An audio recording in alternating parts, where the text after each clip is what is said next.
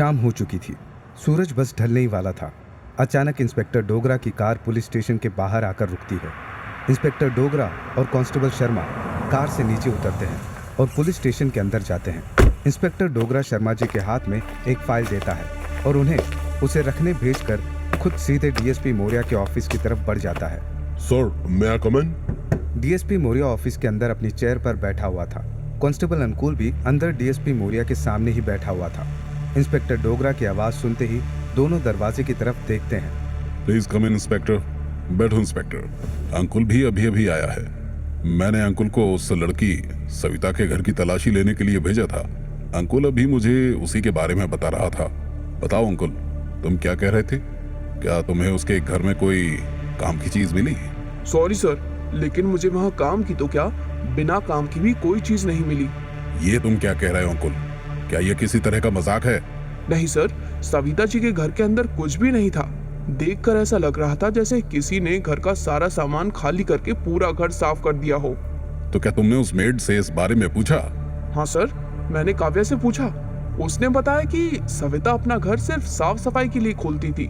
उसके अलावा वो अपने घर में और कोई काम नहीं करती थी, इसीलिए उसके घर की हालत ऐसी है। वो सारा दिन काव्या के साथ उसी के घर में रहती थी। अगर ऐसा है तो काव्या के घर में उसका कुछ सामान होना चाहिए। क्या तुमने काव्या का घर चेक किया? हाँ सर, मैंने काव्या के घर में भी देखा। वहाँ भी बस सविता का एक संदूक रखा था जिसमें उसके कपड़े और कुछ सामान रखा हुआ है। मैं उसे लेकर आ गया हूँ। वो पेटी अभी हमारी जीप में रखी हुई है। इसका मतलब सविता के घर जाकर हमें कोई फायदा नहीं हुआ। Sorry sir. इंस्पेक्टर, तुम बताओ, क्या उस लेटर पर लिखा एड्रेस सही था? क्या तुम सविता के आई बाबा से मिले? सर, उस लेटर पर लिखा एड्रेस तो सही था, लेकिन उसके आई बाबा वहाँ नहीं थे। उनकी तो 4 साल पहले ही मौत हो चुकी है।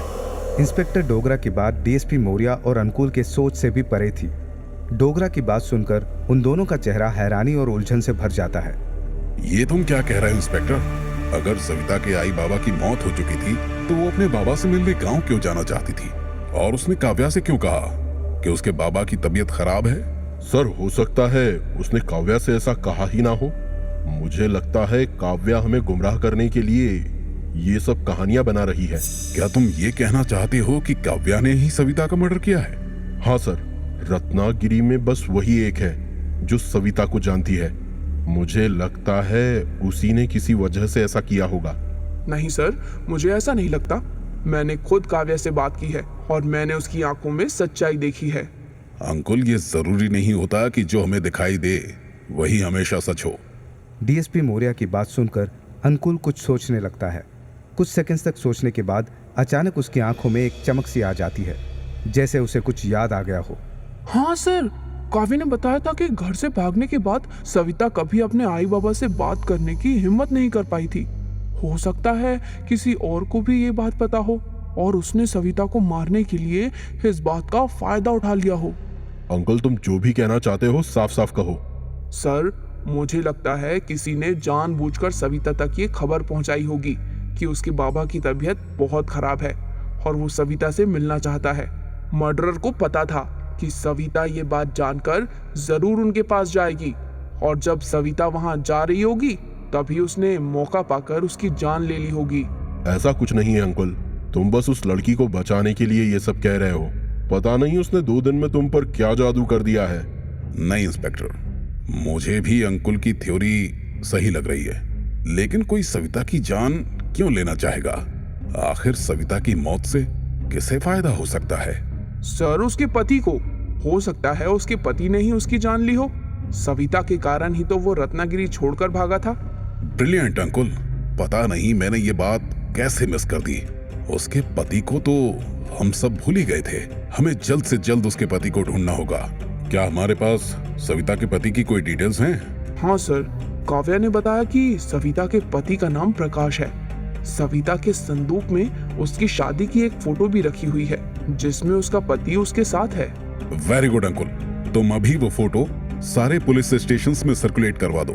मुझे किसी भी तरह जल्द से जल्द सविता का पति यहाँ चाहिए। Yes sir. सर, मुझे अब भी लगता है कि उस लड़की का इस मर्डर से जरूर कोई ना कोई कनेक्शन है। हमें उसे हल्के में नहीं लेना चाहिए। ठीक है, अगर तुम्हें लगता है तो हम उस पर भी नजर रखेंगे। वैसे भी हम काफी पीछे हैं, हम इस केस का कोई भी पहलू अनदेखा नहीं कर सकते। डीएसपी मौर्य उनसे बात कर ही रहा था कि अचानक उसके फोन की घंटी बजती है। वो देखता है कि उसके फोन पर दिव्या का कॉल आ रहा था। हाँ दिव्या।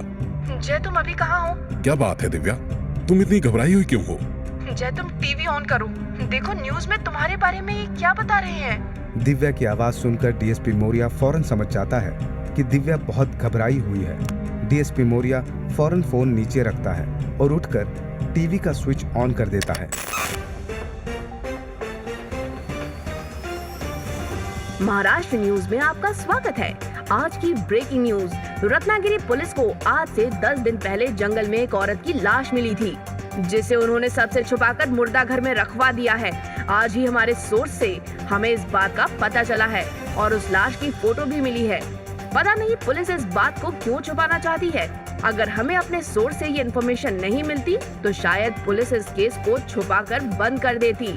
इस खबर के साथ रत्नागिरी पुलिस और यहाँ के इंचार्ज डीएसपी जयप्रकाश मौर्य के ऊपर बहुत सारे सवाल उठ रहे हैं। आखिर उन्होंने इस मर्डर के बारे में सबसे क्यों छुपाया? क्या वो किसी को बचाना चाहते हैं या इस मर्डर के पीछे पुलिस का ही हाथ है?